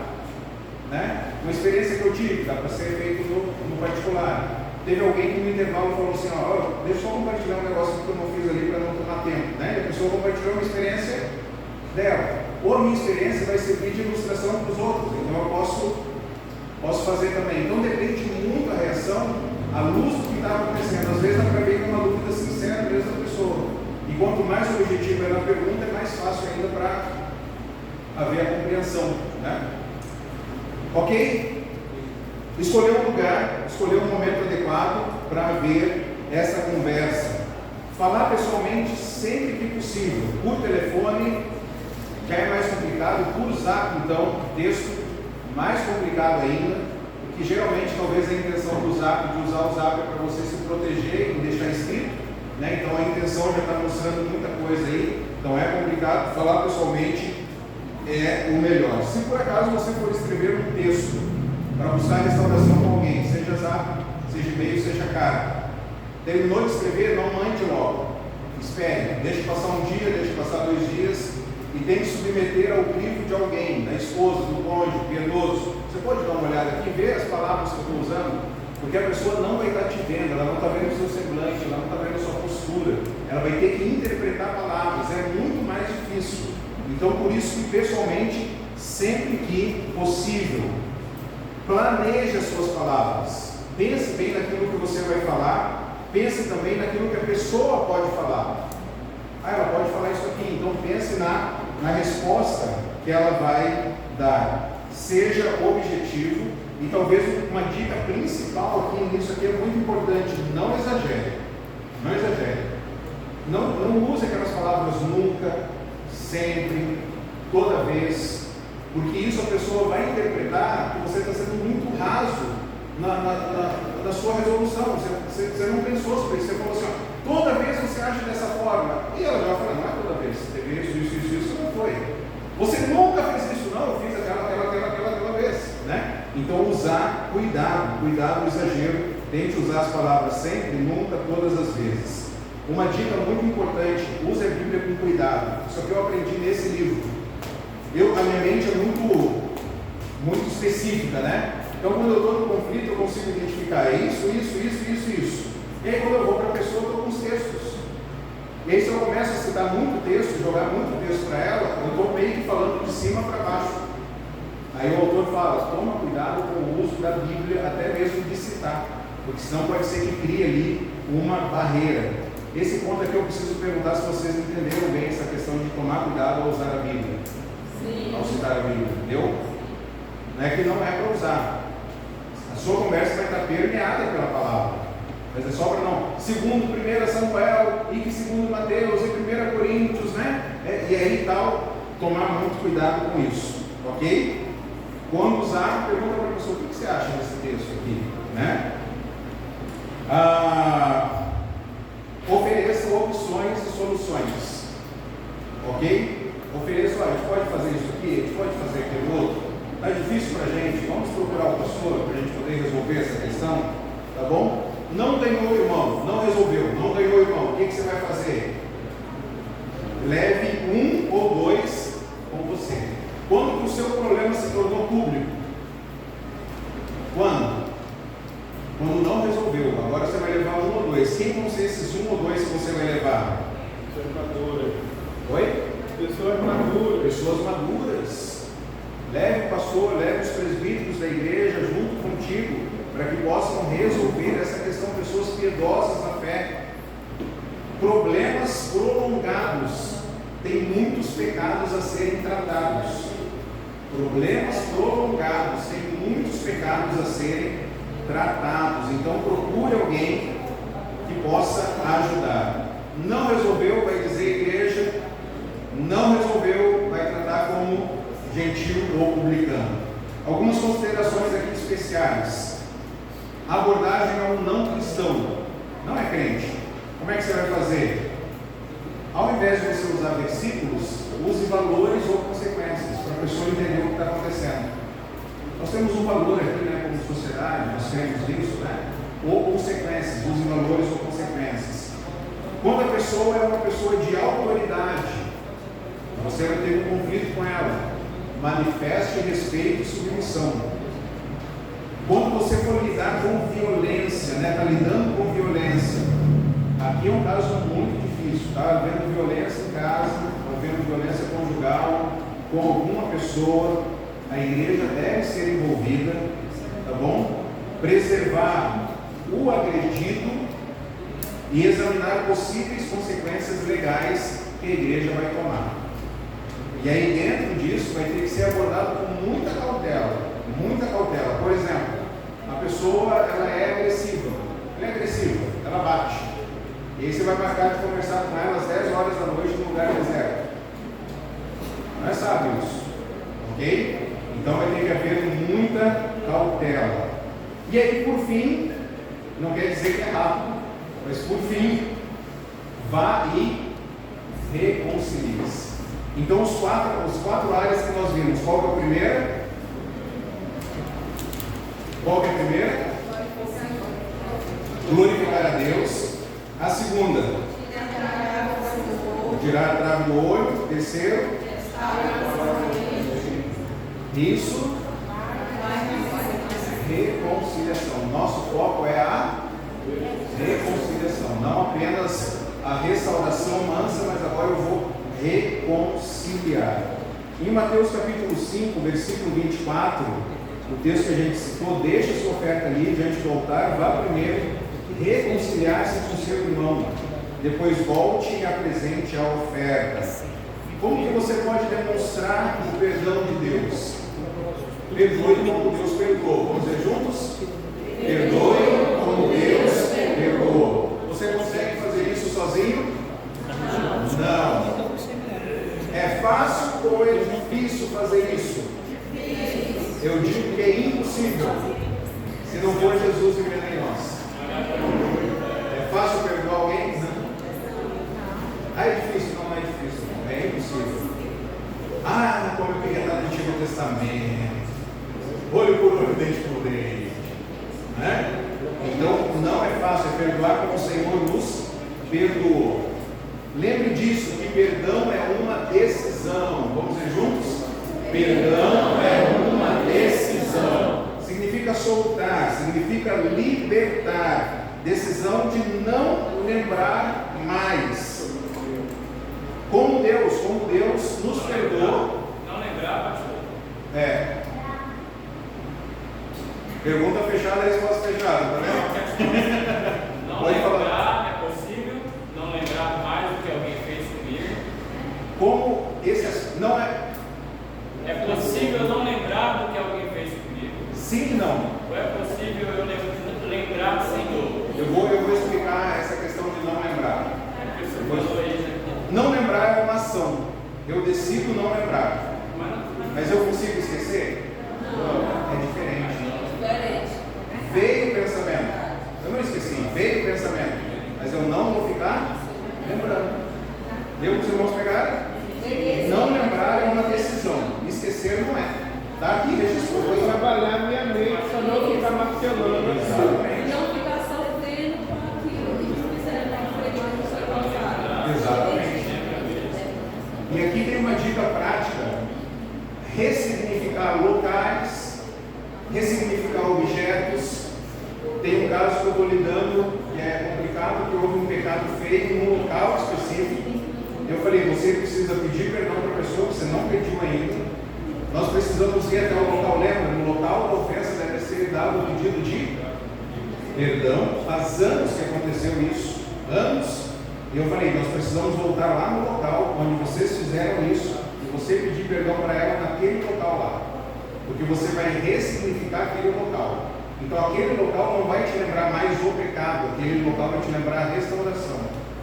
Então o ambiente agora vai ter outra imagem que foi registrada.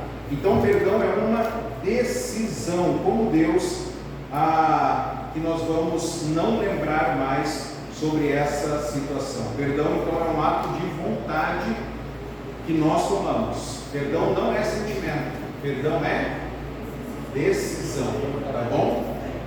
O perdão é uma decisão, isso aqui é muito legal, muito legal. Perdão é uma decisão que envolve 4 promessas. Como saber que eu perdoei alguém, né? Primeiro, não vou mais pensar sobre a ofensa. Não vou mais pensar sobre ela. Tá bom? Segundo lugar, não vou mencionar a ofensa novamente, nem vou usar ela contra você. Se o perdão foi dado, eu não vou mais pensar sobre isso, eu não vou mais mencionar sobre isso com você. Eu prometo que eu não vou mais falar com outras pessoas sobre essa ofensa. Ok? E eu não permitirei que esse incidente fique entre nós ou impeça o nosso relacionamento pessoal. Perdão é isso. 4 promessas. Quais são as promessas? Não vou mais pensar sobre a ofensa. E agora é engraçado que o nosso coração está fervilhando, né? Lembrando um monte de coisa, não é verdade? Rapaz, eu não posso mais pensar sobre isso. Eu falei que eu perdoei. Não vou mais mencionar a ofensa, nem vou usar contra você. Não vou falar com outras pessoas sobre a ofensa. Não permitirei que essa ofensa fique entre nós ou impeça o nosso relacionamento. Certo? Anotaram? Pergunta fechada, resposta fechada. Copiaram? Não. Pronto. E irmãs, ó, deixa eu dar uma dica para as irmãs. Para nós, homens, é muito mais fácil. Lá no sul a gente fala cuspir grosso. Cuspir grosso. Sabe quando tem uma conversa calorosa? Cuspir grosso. A irmã chega assim e fala para o marido: você quer lavar a louça para mim? Não. Qual que é a resposta? Não. Então chega e pergunta assim: você pode lavar a louça para mim, por favor? Agora eu não posso. Que horas você pode lavar? Eu preciso que você lave. É diferente. Aí você fica magoado. Você perguntou se ele quer ou não. Ele falou não. Aí você fica magoado. Fala, Deus. Então lembre-se do perdão. Voltar? O outro. Ele já disse. Começar a aula? Não. Só um só. Mais outro?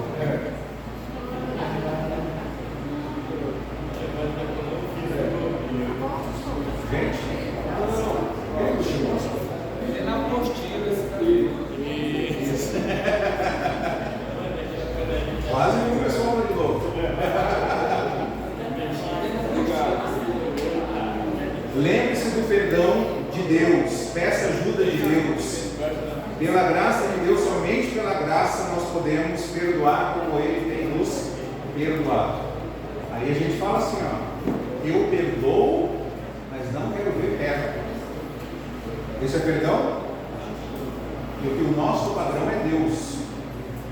Deus já pensou se Deus falasse isso para nós? Eu perdoo você, mas não quero te ver perto. Isso seria perdão? Não. Então, nós temos aqui um poema, né, do pacificador. Antes de a gente entrar no poema pacificador, isso aqui, ó, não vou mais pensar sobre a ofensa. Vamos ver. Vamos pegar um caso aí que é difícil, né? Traição. Não é fácil, né? Traição. A pessoa pecou. Não vou mais pensar sobre a ofensa. Já não é fácil. Tá bom? Não vou mais mencionar a ofensa novamente, nem usar para você. Isso aqui está tranquilo, mas aqui para baixo, ó, não vou falar com outras pessoas sobre a ofensa. Não permitirei que essa ofensa fique entre nós ou impeça nosso relacionamento. É possível você fazer essas 3 promessas aqui se não houve arrependimento? Não dá para prometer isso. Está entendendo? Houve um caso de adultério. A pessoa não se arrependeu. São 2 crentes, ela não se arrependeu. A gente vai mencionar de novo. A gente vai mencionar porque nós precisamos do quê? Resolver. Ela não se arrependeu.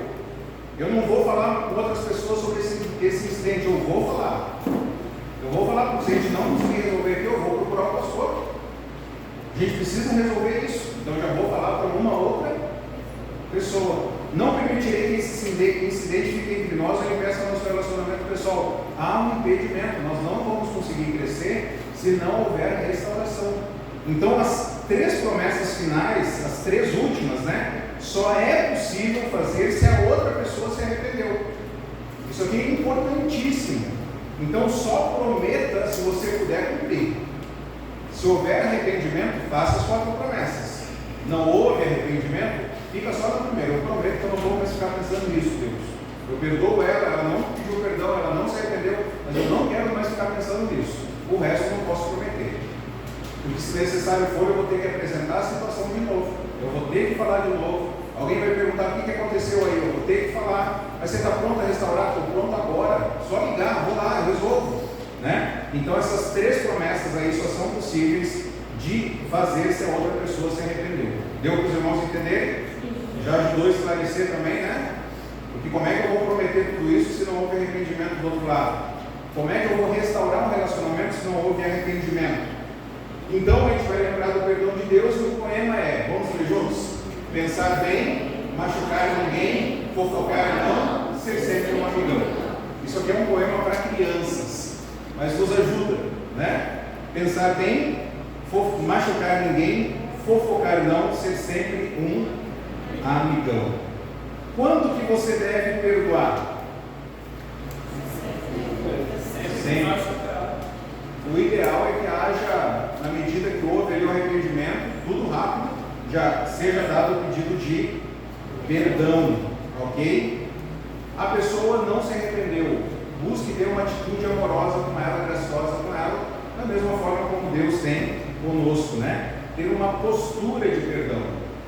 Você já foi perdoado, mas o perdão não foi efetivado. Pastor, deixa eu fazer uma pergunta. Meu pastor muito renomado da nossa associação. Muito renomado mesmo. Ele fala, quando ele vai falar para os pastores nos eventos, e eventos grandes, ele disse: como eu posso perdoar alguém se ela nunca veio pedir perdão? Quer dizer, lá na cruz eu nunca vi ninguém pedir perdão para Jesus, lá no seu ladrão, e Jesus liberou perdão para todo mundo. Exato. Quer dizer, qual a sua opinião sobre isso, né? Ele é muito duro sobre isso. Não perdoou porque nunca veio me perdoar. Pedir perdão. Sim. A atitude de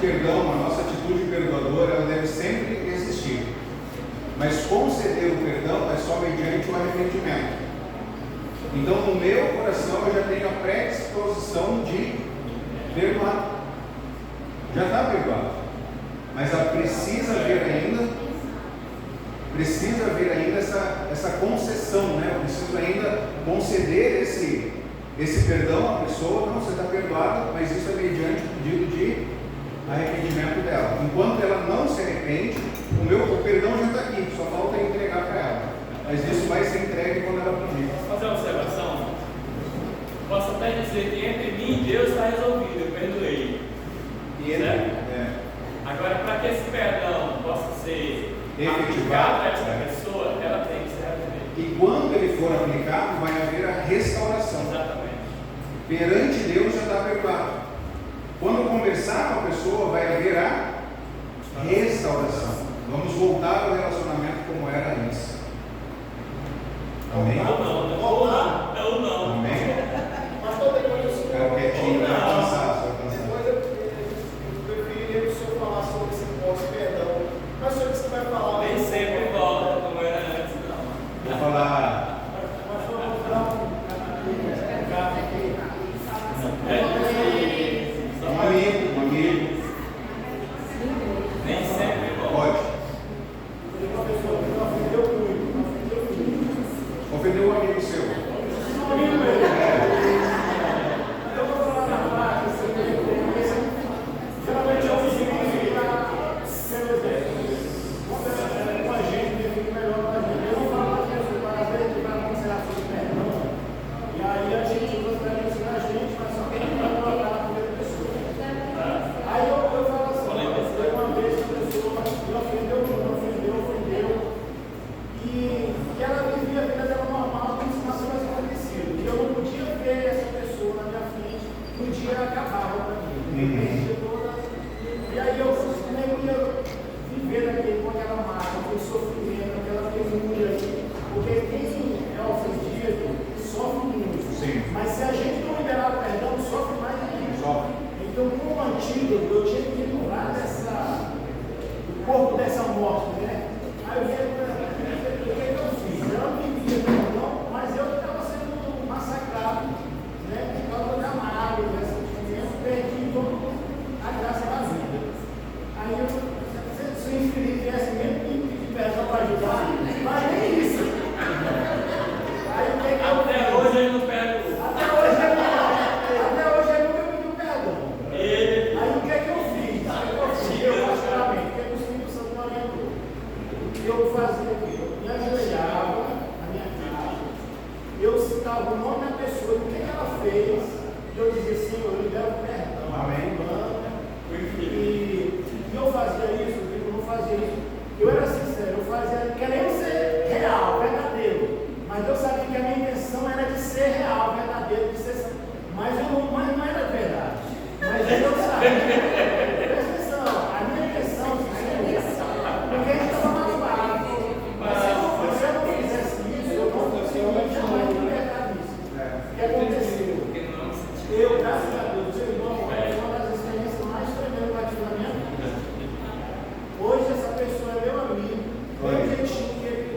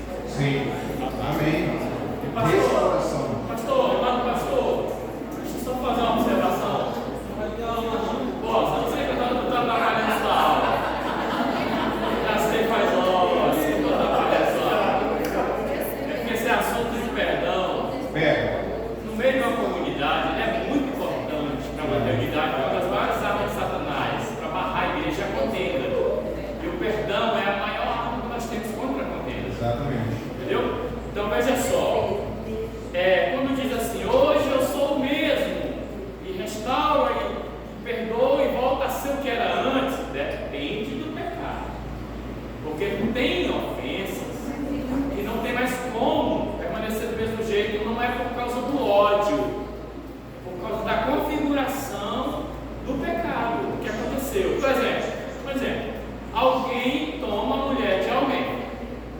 Essa mulher largou esse marido, foi morar com esse alguém que era amigo do antigo marido. O antigo marido perdoou o pecado da esposa e do amigo. Essa relação desses dois amigos vão voltar a ser a mesma coisa? Nunca mais.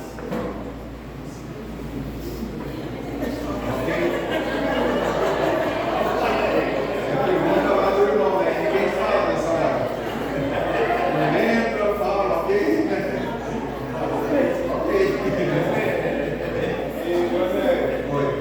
Naquilo que o Tony falou, naquele princípio que Jesus colocou da oração, né? Ora para aquele que te ofende, ora para aquele que te persegue. Então, aqui, o primeiro passo é a questão da oração. Só assim a gente consegue, de fato, liberar. Ok, então quanto que a gente vai perdoar o mais rápido possível? Né? A pessoa não pediu perdão, Deus, diante do Senhor, a pessoa está perdoada. A minha atitude vai ser uma atitude de perdoador perante ela, amorosa. Pode ser que ela nunca peça perdão, mas a ofensa dela foi cometida, a atitude foi de perdão e está sendo uma atitude amorosa, visando aí a restauração, né? A Bíblia nos orienta a pedir perdão mesmo que não seja parte da vida? Não. A gente só deve pedir perdão dos nossos pecados. Ok? Não, mas o teu irmão tem algo contra você, vá até ele. Mas não é pedir perdão, esse cara é conciliação. A pergunta dela foi se eu devo pedir perdão por algo que eu não fiz. Mesmo se eu A pessoa é conciliação, não é pedir perdão. Conversar, pedir perdão. Então, agora a gente pensando especificamente na reconciliação, o perdão é um evento que vai derrubar o muro de separação que a gente havia até mesmo mencionado. Então, reconciliar significa que o seu relacionamento será pelo menos tão bom quanto era no início. Porque agora eu estou buscando a restauração, eu estou buscando a reconciliação com essa pessoa. A partir daí, né, é um esforço muito grande para ver essa restauração e fortalecer o relacionamento. Não é fácil, é muito difícil, porque eu vou ter que lutar com os meus pensamentos, ok? As lembranças elas vão ficar voltando, mas eu vou tomar uma decisão de não lembrar e não tratar mais a pessoa segundo aquela ofensa, porque já houve perdão, já houve uma reconciliação. Então eu vou lutar contra os pensamentos. E uma dica aqui nessa situação é, se você não conseguir pensar numa atitude boa da pessoa, né? Pô, não consigo pensar em nada de bom da pessoa, use pensamentos de gratidão a Deus pelo instrumento de Deus na sua vida, que foi a pessoa. Então eu não consigo pensar nela, pô, ela não tem uma atitude boa que eu posso pensar, mas pensa de forma agradecida a Deus. Deus, obrigado porque o Senhor usou ela para me ensinar a ser mais parecido com Jesus. O foco é sempre Deus, é sempre Deus. Então eu vou conseguir manifestar esse perdão. Cuidado com as palavras, né? Quando falar com outras pessoas sobre a pessoa que ofendeu, certifique-se de falar bem dela, apreciar as coisas boas e também em obras. C.S. Lewis diz o seguinte: não perca tempo preocupando-se se você ama o próximo, haja como se amasse. Não se preocupe em ficar pensando se você ama o próximo, haja como se amasse. E aí eu quero falar um pouquinho aqui quando precisar haver uma negociação. Vai precisar negociar com a pessoa. Você vai usar um princípio aqui chamado pausa. Quando for negociar, o princípio aqui usado pausa. Em primeiro lugar, você vai se preparar para a conversa. Ok? Você vai orar, vai obter conhecimento dos fatos. O teu objetivo não é motivação, são fatos, ok? Identifique as questões, estude a Bíblia, desenvolva opções, né? Então se prepare. Segundo lugar, afirme os relacionamentos. Afirme os relacionamentos. Frequentemente nós ignoramos os sentimentos, os interesses da outra pessoa e nós nos concentramos toda a nossa atenção naquilo que nós queremos. E aí a gente não vai conseguir restaurar, a gente não vai conseguir negociar. Então foque no relacionamento. Entenda os interesses, né, da pessoa. Em terceiro lugar, use o entendimento para compreender os interesses da pessoa. Tem alguns interesses aqui. Olha, eu vim aqui para a gente poder conversar porque eu gostaria de restaurar a paz que é entre nós. Menciona isso, né? Algumas coisas que você não deve mencionar. Não deve mencionar. Eu vim aqui porque a minha reputação foi afetada, então eu quero conversar agora contigo. Não mencione isso. Isso é alguma coisa que é o teu interesse, mas deixa lá para ti. Você quer restaurar uma mancha que foi feita na sua reputação, mas deixa lá guardado para você, né? Então, guarde isso. Algumas coisas você pode falar, algumas coisas não pode falar porque vai ajudar ou vai atrapalhar. Proponha soluções com criatividade, né? Então, você está me devendo R$5.000 e você é dono de um posto de combustível. O que você acha de eu abastecer lá no seu posto durante 3 meses aí até dar o valor de R$5.000 para você? Você não pegou o dinheiro, mas você pegou o valor em combustível. Use a criatividade nisso aí, ok? E aí, por fim, avalie opções de modo objetivo e racional, né? Para conseguir chegar num acordo, certo? Estamos encerrando. Overdose de informação aqui. E aí, como lidar com alguém que não quer a reconciliação? A pessoa não quer ser restaurada. Algumas pessoas são obstinadas, são defensivas, vão resistir aos nossos esforços. Você vai atrás, você vai conversar, vai pedir perdão, vai se humilhar, mas a pessoa não quer ter a restauração. O que você vai fazer? Vai controlar sua língua, certo? Quanto mais intenso for o conflito, mais importante vai ser você controlar a língua. Procure conselheiros devotos, pessoas que vão poder te aconselhar nessa situação aí.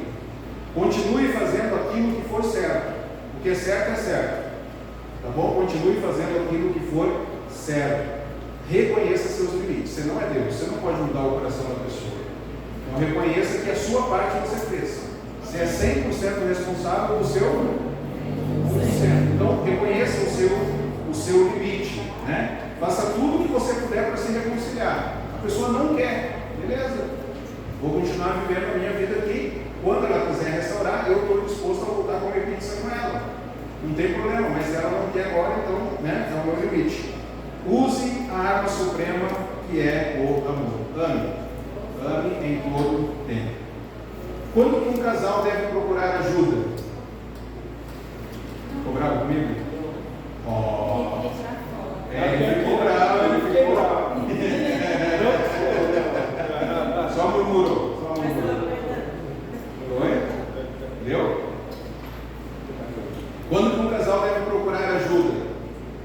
Quando há declínio no respeito, quando há conversas superficiais, quando há menos desejo de estar com o cônjuge, a pessoa não tem mais desejo de estar com ele, falam as mesmas coisas e não progridem, não está havendo progresso, quando as discussões são frequentes ou com profunda ira, passam longos períodos com ressentimentos ou podem estar atraídos por outras pessoas. Aí o casal ele deve procurar ajuda para resolver com algum conselheiro, com algum pastor. Se algum desses casos aqui está acontecendo contigo, procure ajuda, ok? Certo? Eu acho que nós acabamos.